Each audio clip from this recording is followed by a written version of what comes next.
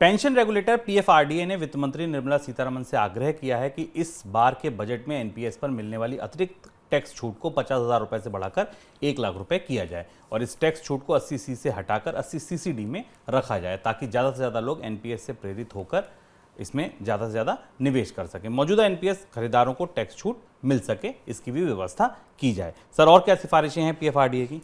PFRDA लगातार pension को लेकर अब सक्रिय दिख रहा है बजट से पहले, और हमने पिछले 2 हफ्तों में पेंशन को लेकर और पेंशन से जुड़ी टैक्स रियायतों को लेकर केंद्र सरकार की तरफ पहुंचती हुई तमाम सिफारिशें देखी, जिसमें पेंशन फंड रेगुलेटरी अथॉरिटी की एक और सिफारिश है। इस सिफारिश को इस संदर्भ में भी देखा जाना चाहिए कि पीएफआरडीए ने यह भी संकेत दिया है कि वो एक बड़ी डेडिकेटेड रिटर्न वाली पेंशन स्कीम भी लाने वाला है, जिसमें कि आपको एक कमिटेड रिटर्न मिलेगा।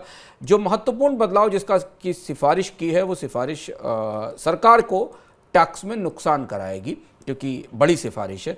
पीएफआरडीए ने कहा है कि इनकम टैक्स की धारा 80CC1B के तहत, 80CCD1B के तहत अभी अगर आप एनपीएस में कंट्रीब्यूशन करते हैं तो आपको 50,000 रुपये की तक के कंट्रीब्यूशन पर टैक्स का लाभ मिलता है।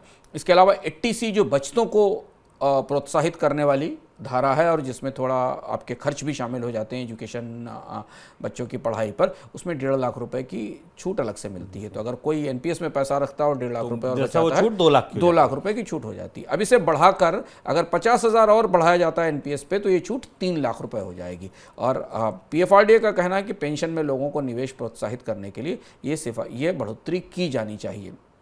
सरकार ने अभी तक पिछले बजटों में बचतों को लेकर कोई बड़ा प्रोत्साहन नहीं दिया। मतलब आमतौर पर अगर आप देखें शुभम, तो बचतें सरकार के बजट प्रोत्साहन के पूरे दायरे से बाहर हो गई हैं। लगातार हम देख रहे हैं 80C की सीमा लंबे समय से नहीं बढ़ाई गई है।